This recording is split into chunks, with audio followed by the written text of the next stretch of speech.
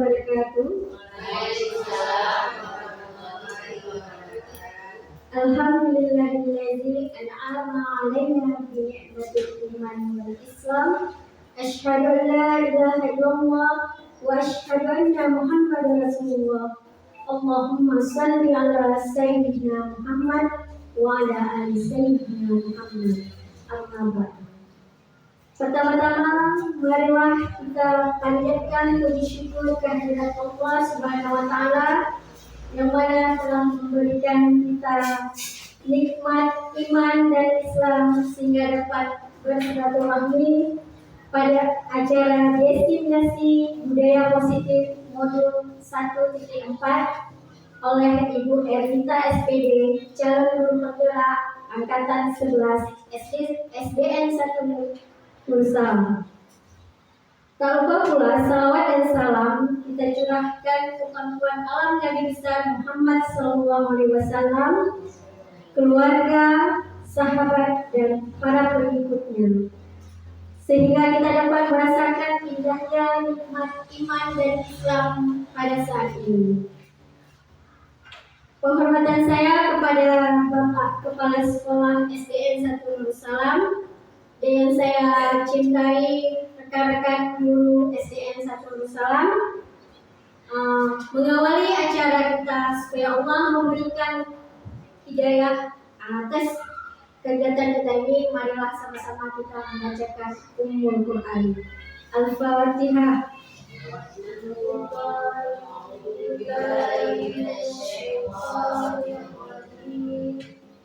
Bismillahirrahmanirrahim. Alhamdulillahirabbil alamin. Ar-Rahmanir Rahim. Maliki yaumiddin. Iyyaka na'budu wa iyyaka nasta'in. Ihdinas siratal mustaqim. Siratal ladzina an'amta 'alaihim ghairil maghdubi 'alaihim waladdallin. Amin ya rabbal alamin. Selanjutnya menyanyikan lagu ini. Selanjutnya kata-kata sambutan oleh Bapak Kepala Sekolah. Kepada Bapak kami silakan.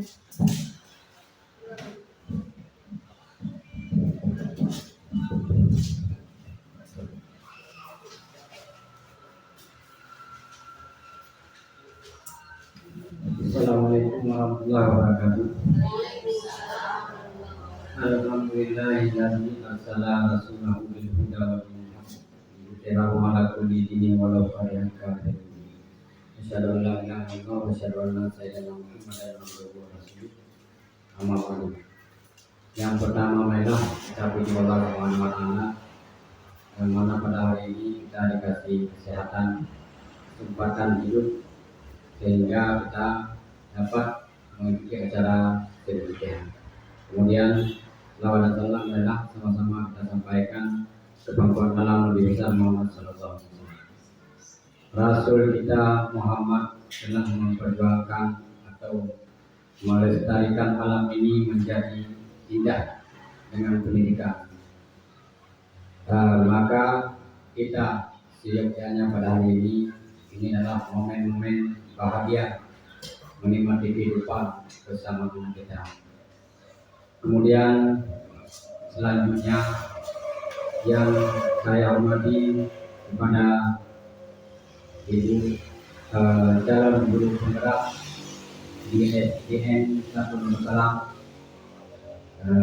Semoga kita doakan sukses selalu dalam berkarya, aksinya, kemudian dalam berkolaborasi. Kemudian saya sekalian guru-guru yang saya hormati, ini adalah merupakan momen penting karena dalam ungkapan bahasa temu bisa teman sejawat atau berkolaborasi, silaturahmi itu merupakan hal yang sangat utama dalam pendidikan. Dalam pendidikan kita dituntutlah beberapa aspek dan tahapan-tahapan yang matang. Karena pribadi saya mengatakan ini adalah awal yang baik dalam kita bergerak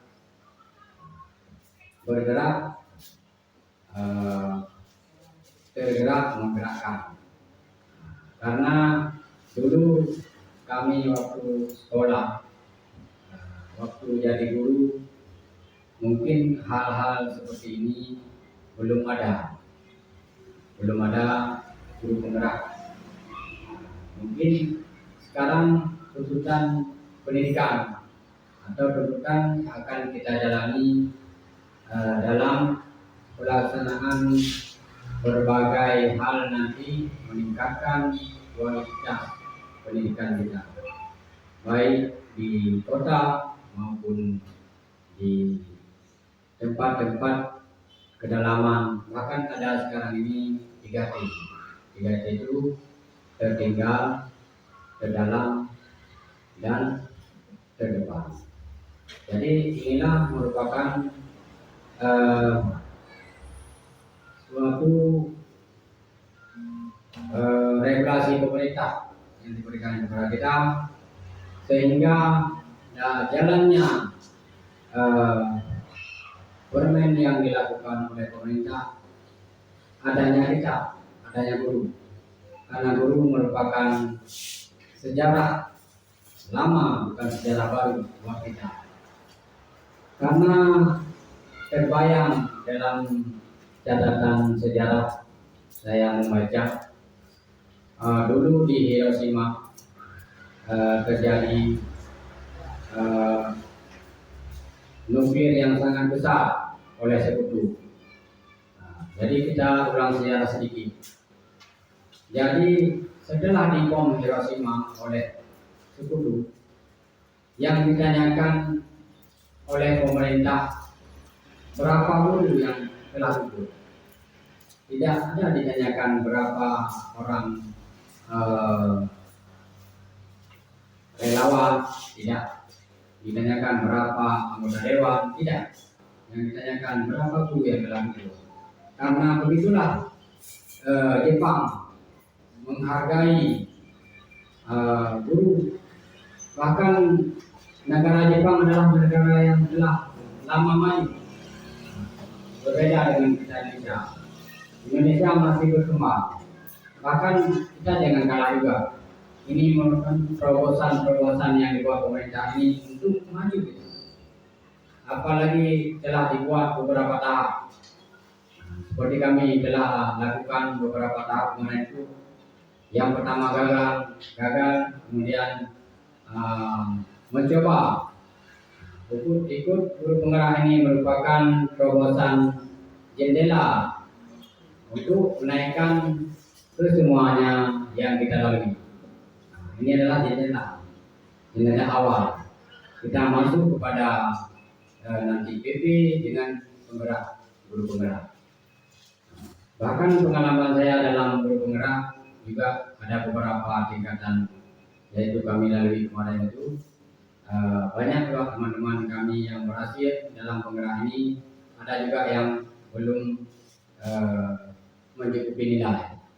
Bahkan ini merupakan jangan kita sampai di sini, kita tetap maju.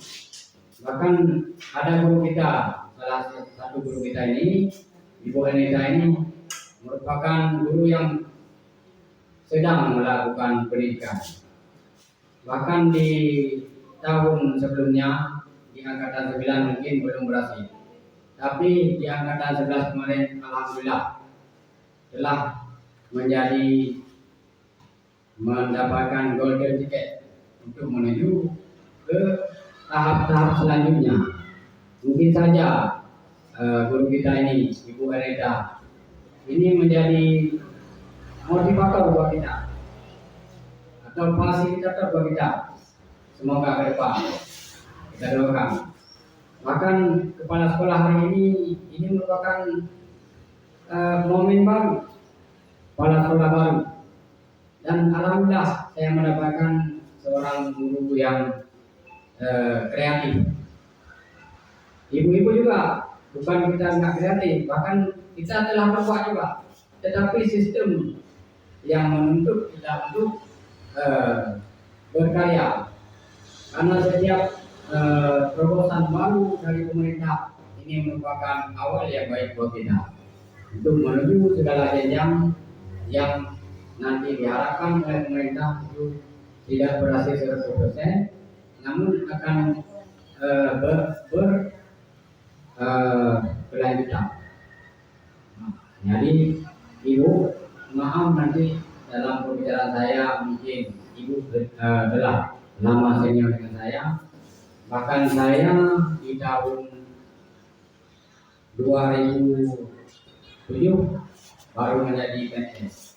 Mungkin ibu-ibu di tahun awal-awalnya lebih lama sudah menjadi PNS sampai sekarang.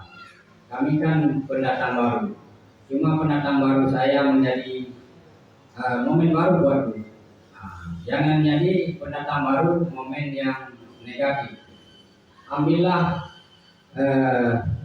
apa yang kita lakukan hari ini menjadi perubahan bagi kita semua. Jangan menitip sejarah lama yang memang kita tidak bisa.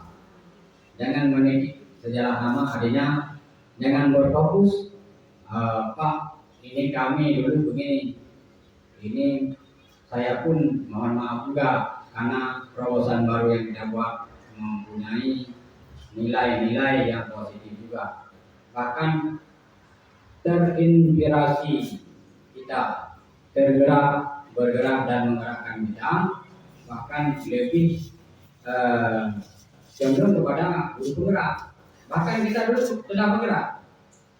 Bahkan kurikulum Merdeka itu merupakan kurikulum yang memang dari dulu sudah ada.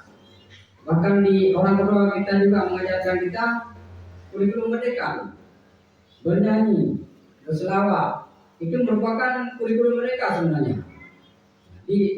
Jadi terjadi suatu kesinambungan. Misalnya orang kita mengajarkan dari A sampai Z, itu dukungan kurikulum mereka diberikan kepada kita. Nah, ini coba dihafal, misalnya anak kelas 1.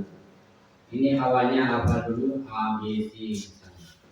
Itu ada tahapan-tahapan. Sebenarnya orang tua kita di rumah juga guru sudah merdeka juga. Cuma dalam pelaksanaannya kita akan mempunyai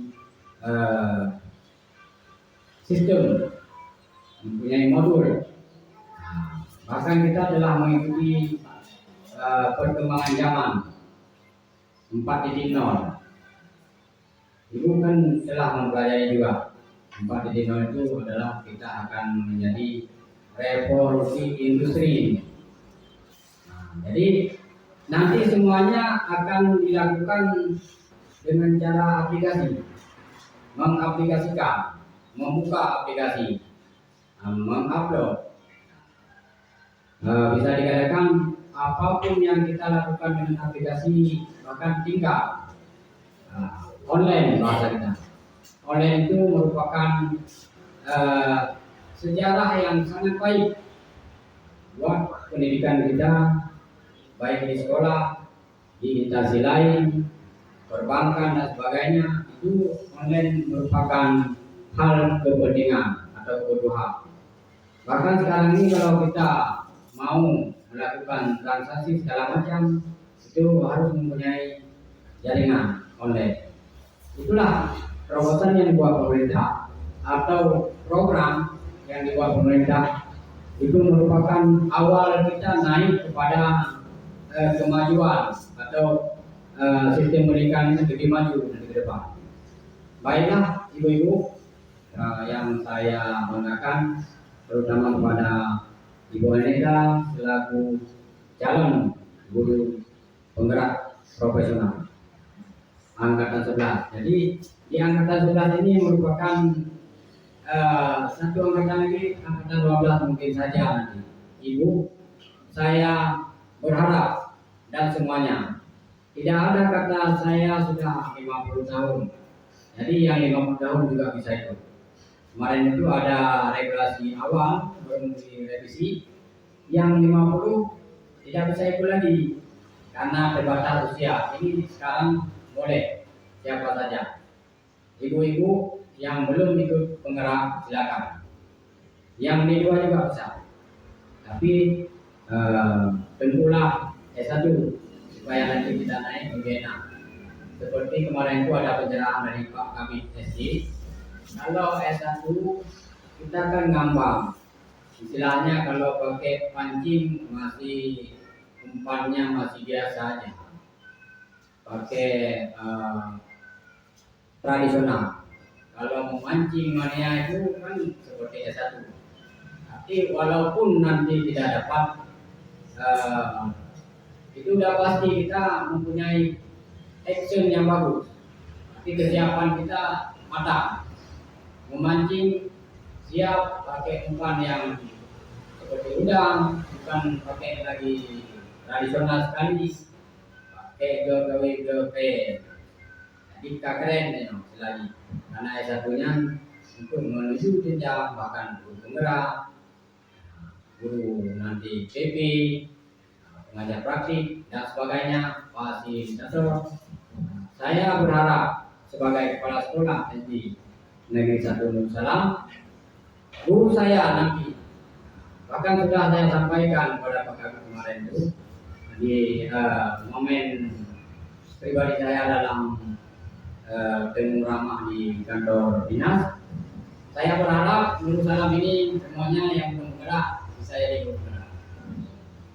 Kata Pak Kabid dan Pak Kabid, coba saja, mungkin saja saya tahu, ya kan?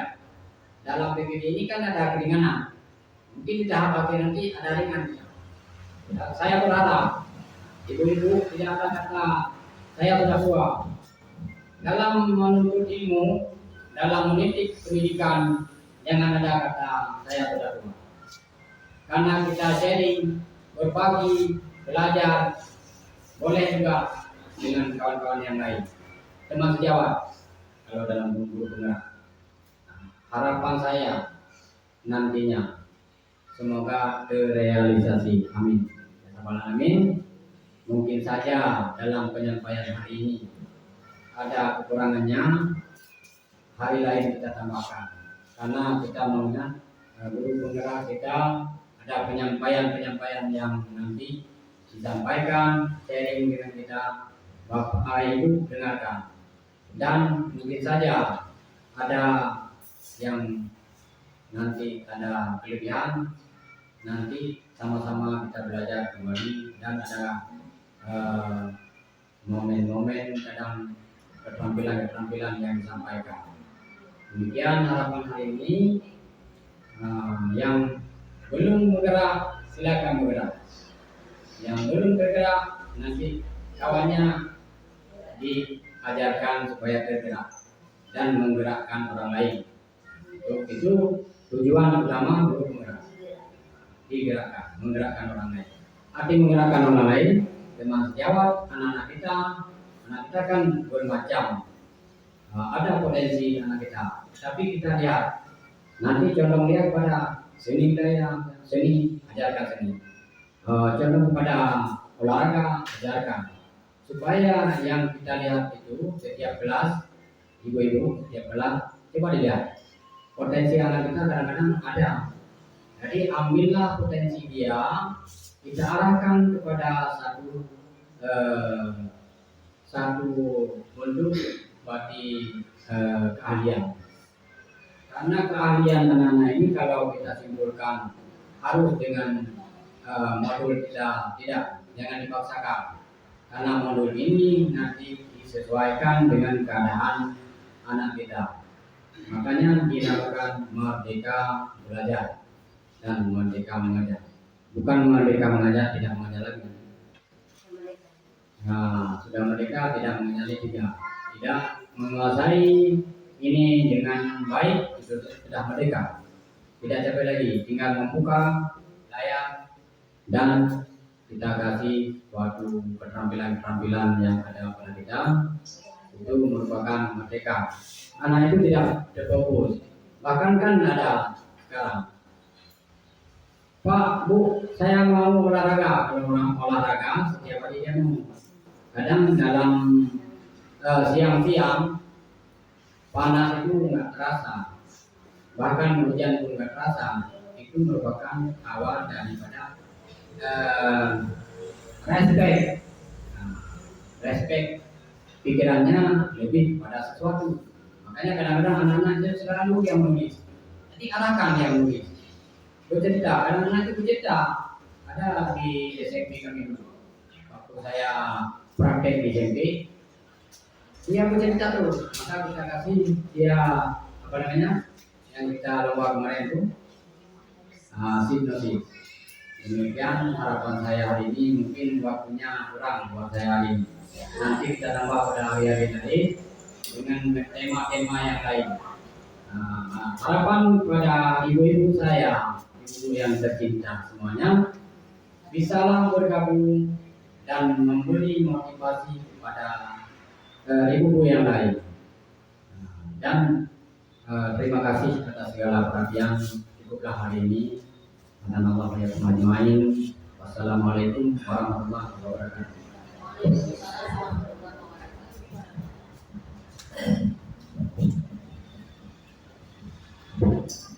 Terima kasih kepada Bapak Sekolah SD Satu Nusala yang telah memberikan arahan kepada kita.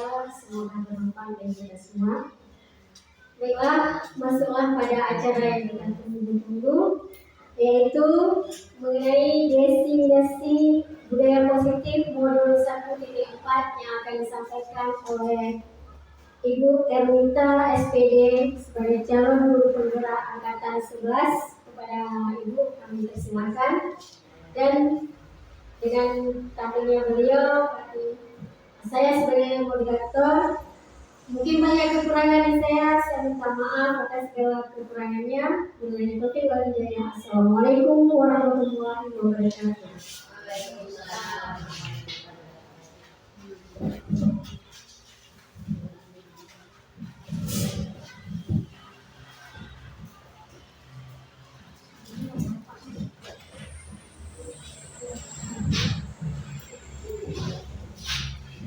Assalamualaikum warahmatullahi wabarakatuh.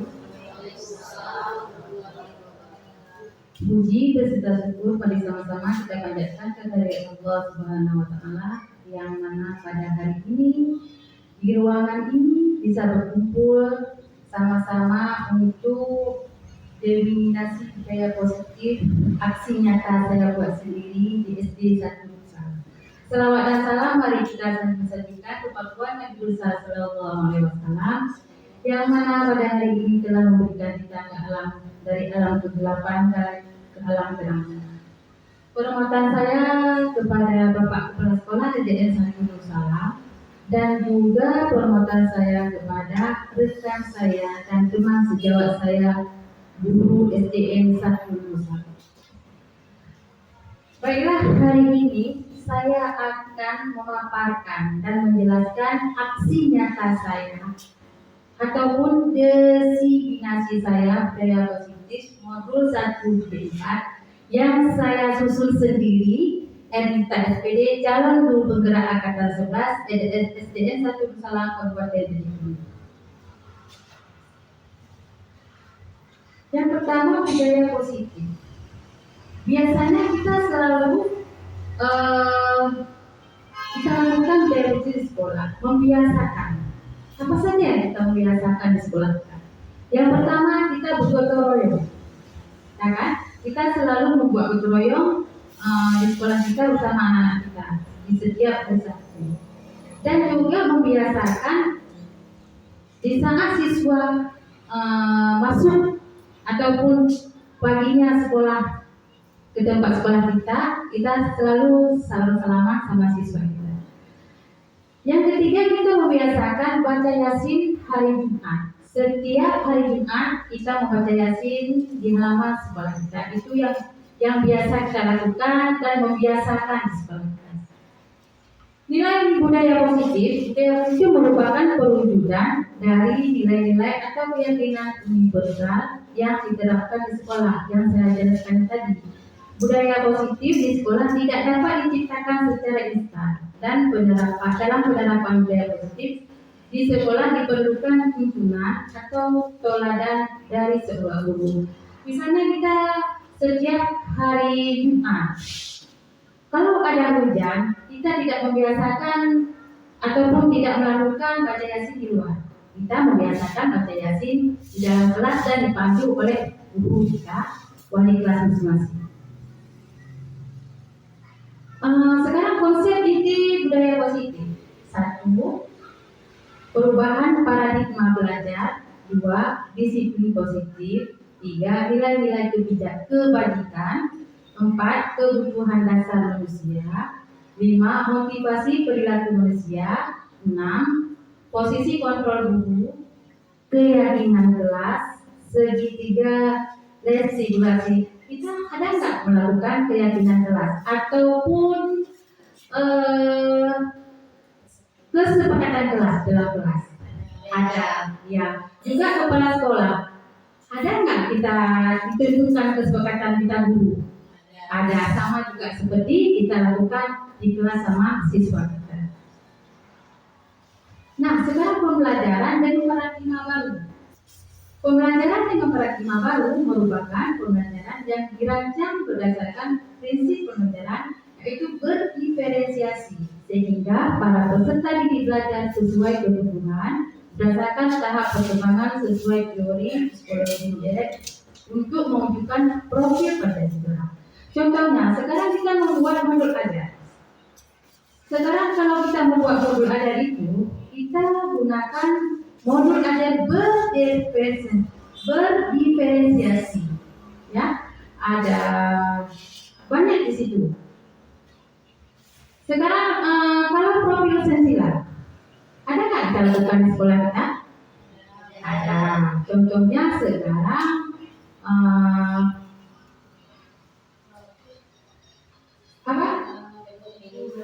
seperti P5, ya. P5 yang kita lakukan itu setiap hari Sabtu, berarti seminggu sekali. Seminggu setiap hari Sabtu itu full P5. Ada yang bertanya bagaimana P5?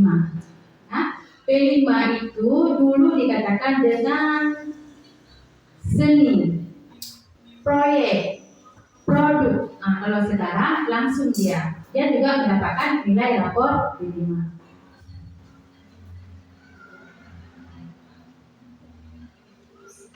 Miskonsepsi tentang teori kontrol ini ada 4. Yang pertama, ilusi guru mengontrol murid. Ya. Yang kedua, ilusi bahwa semua penguatan positif, efektif dan bermanfaat.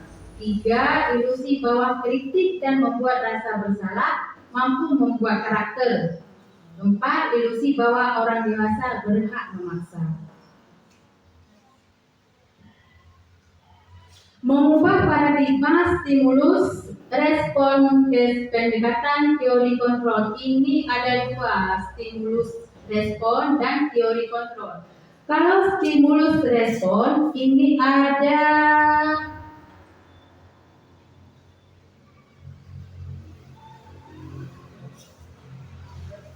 beberapa. Yang pertama, realitas ataupun kebutuhan kita bersama. Semua orang melihat hal yang sama. Kita mencoba mengubah orang agar berpandangan sama dengan kita. Itu contohnya apa? Cara mengubah orang agar berpandang sama dengan kita. Misalnya kalau ada teman kita yang kurang paham masalah masalah pembelajaran, masalah mencari LKPD, membuat LKPD, itu kita bersama-sama. Jadi kawan kita sama kita sendiri itu jangan membedakan. Bagaimana kita bisa, kawan juga harus bisa saling berbagi. Inilah namanya guru penggerak. Guru penggerak ini berbagi ke sesama teman sejawatnya. Orang lain bisa mengontrol saya. Misalnya saya sendiri lupa atau karena kita sudah mengajarkan, sudah memberi untuk teman, di saat kita lupa, kita bilang kontrol bisa kalau kita mengingatkan kita kembali. Saya bisa mengontrol orang lain, itu tidak bisa kita mengontrol lain. Pemaksaan ada pada saat tunjukkan gagal. Ada juga di saat kita mengajar kawan gagal, tapi insya Allah di saat kita membantu tidak pernah gagal.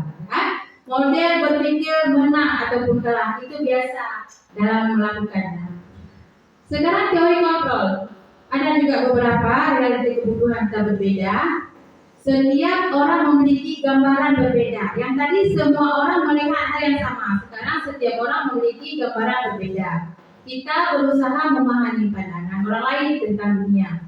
Semua perilaku memiliki tujuan. Hanya Anda yang bisa mengontrol diri Anda. Dia beda ya antara stimulasi respon dengan teori kontrol. Kolaborasi dan konsensus menciptakan pilihan-pilihan baru. Model berpikir menang-menang. Ya. Ininya.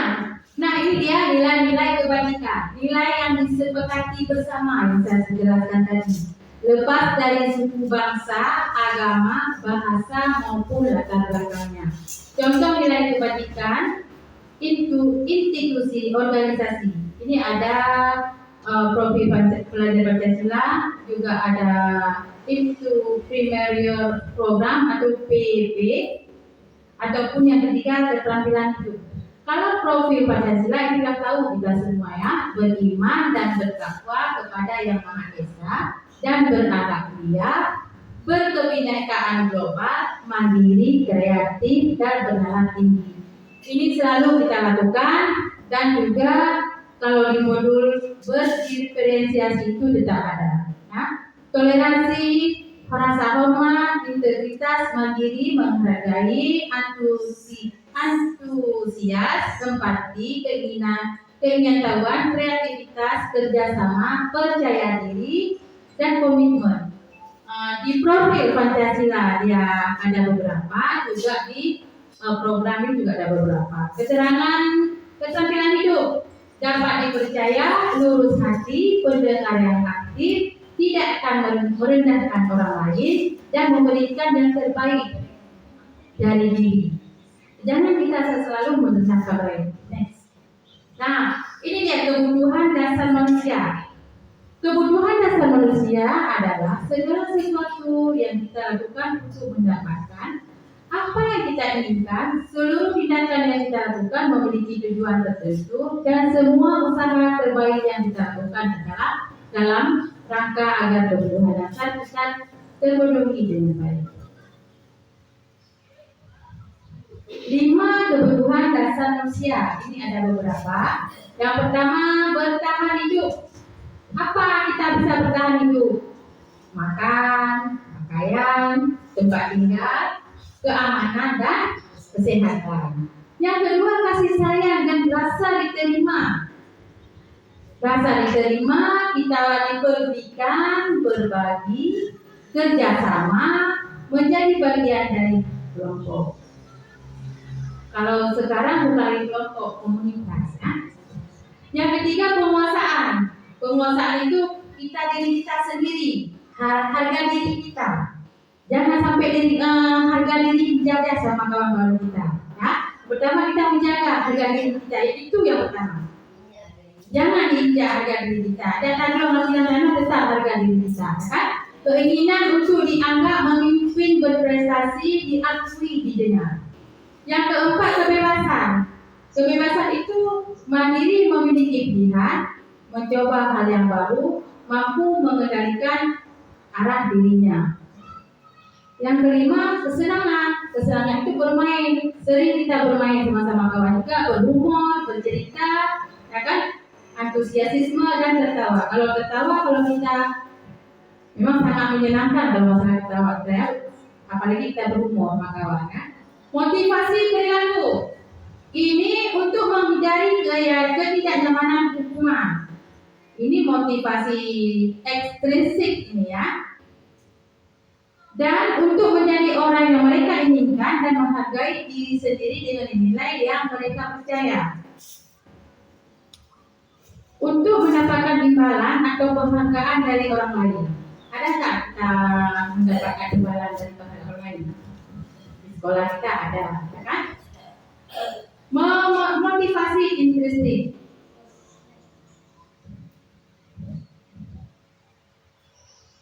Ini ada beberapa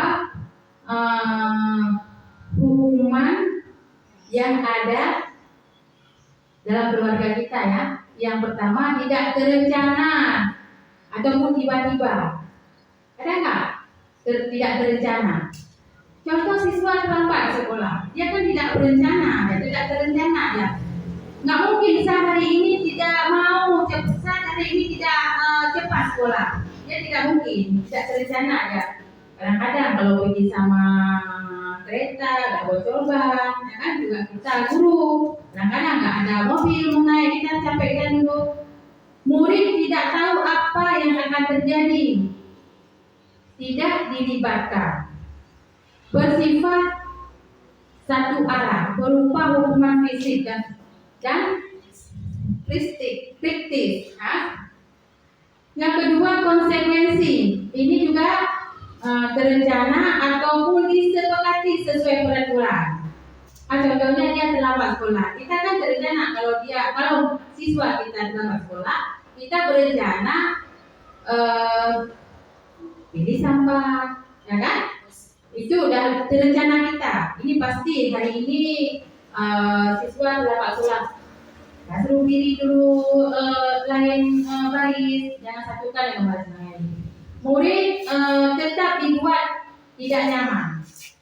Perasaan kita kalau di sekolah di SD salah kita tidak pernah membuat siswa kita tidak nyaman. Sikap guru selalu memonitor murid. Alhamdulillah sekolah kita tidak ada yang dianjurkan di konsekuensi. Yang ketiga, restitusi. Proses menciptakan kondisi bagi murid untuk memperbaiki kesalahan. Apa salah mereka? Misalnya merokok. Bisa merokok, kita tetap membuat proses supaya siswa kita berubah. Kan? Proses kolaborasi yang mengajarkan murid untuk mencari solusi sendiri. Misalnya kita berkolaborasi sama kawan ataupun siswa yang berkolaborasi sama murid, itu cari solusi, sama-sama cari solusi. 5 posisi kontrol guru, penghukum, pembuat, merasa bersalah, teman, pemantau, dan manajer. Contoh penerapan 5 posisi kontrol guru yang penghukum tadi. Seorang penghukum bisa menggunakan hukum fisik maupun verbal. Orang-orang yang menjalankan posisi penghukum senantiasa mengatakan bahwa sekolah memerlukan sistem atau alat yang dapat lebih menekan murid-murid lebih dalam lagi. Guru-guru yang menerapkan posisi penghukum akan berkata, patuhi aturan saya atau awasi kamu selalu saja salah. Pasti selalu yang terakhir selesai. Ciri khas penghukum adalah nada suara tinggi, bahasa tubuh, mata melotot, dan jari menunjuk-nunjuk menghati. Pembuatan merasa bersalah. Pada posisi ini biasanya guru atau orang tua akan bersuara lebih lembut. Pembuat rasa bersalah akan menggunakan keheningan yang membuat orang lain merasa tidak nyaman, bersalah ataupun rendah diri. Ibu sangat kecewa sekali dengan kamu. Nah, berapa kali ibu harus memberitahu kamu? Di mana coba? Kalau orang tua kamu tahu kamu berbuat salah begini. Ciri khas pembuatan mereka bersalah adalah nada suara, memelas, halus, sedih, bahasa. Kenapa kita membuat ciri khas? Supaya kita jangan memukul siswa. Jadi suara kita mengeras, ya, tidak bisa berhalus. Guru pada posisi ini teman ya, guru pada posisi ini tidak akan menyakiti murid, namun akan tetap berupaya mengontrol murid melalui pendekatan persuasif. Ayo bantulah demi bapaknya. Ayo bantulah demi bapak ya. Ayo ingat tidak bantuan ibu selama ini. Ya sudah, kali ini tidak apa-apa, nanti bapak bantu bereskan. Memantau berarti mengawasi. Pada saat kita mengawasi, kita bertanggung jawab atas perilaku orang-orang yang kita awasi. Posisi memantau berdasarkan pada peraturan dan konsekuensi. Pertanyaan yang diajukan seorang pemantau adalah peraturannya apa? Apa yang telah kamu lakukan? Sanksi atau konsekuensi apa? Itu pertanyaan dari yang diajukan seseorang. Manajer. Posisi kontrol terakhir adalah manajer, yaitu posisi di mana guru berbuat sesuatu bersama dengan murid, mempersilahkan murid, mempertanggungjawabkan perilakunya, mendukung murid agar dapat menemukan solusi ataupun permasalahannya sendiri. Ini tentang posisi manajer. Seorang manajer akan berkata apa yang kita yakini, apakah kamu meyakininya? Jika kamu meyakininya, apakah kamu bersedia memperbaikinya? Jika kamu memperbaikinya, hal ini menunjukkan apa tentang dirimu? Apa rencana kamu untuk memperbaiki hal ini? Ini dia keyakinan kelas. Mengapa keyakinan kelas? Mengapa bukan peraturan kelas? Ya, peraturan kelas lain yang kita buat, keyakinan kelas lain kita buat. Jadi tidak sama antara keyakinan dan peraturan. Kalau keyakinan kelas merupakan kesepakatan kelas yang diyakini bersama oleh guru dan murid bersama proses pembelajaran. Contohnya apa keyakinan kelas? Kesepakatan kelas, disiplin waktu, ya. Di saat kita ke kamar mandi, permisi sama ibu guru, masuk kelas tepat waktu, itu keyakinan kelas ataupun kesepakatan kelas. Kalau pembentukan keyakinan kelas yang bersifat abstrak, berupa pernyataan universal, dibuat dalam pernyataan positif, sedikit saja agar mudah diingat sesuai dengan kondisi kelas dan sekolah, sehingga mudah diterapkan. Semua warga sekolah ataupun warga kelas dilibatkan saat membuat keyakinan kelas. Itu juga termasuk wali siswa, ya. Segitiga restitusi. Suatu proses dialog yang dijalankan oleh guru agar dapat menghasilkan murid yang mandiri dan bertanggung jawab.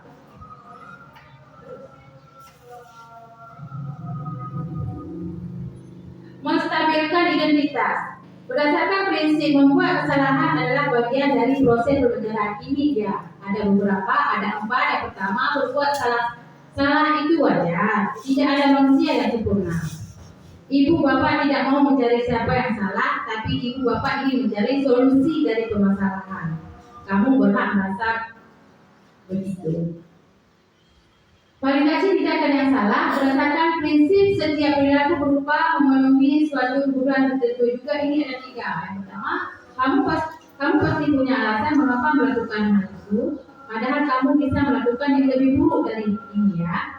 Yang kedua, kamu pasti bangga karena dalam melindungi sesuatu yang penting buatmu. Kamu melakukannya karena mempertahankan sesuatu yang penting bagimu.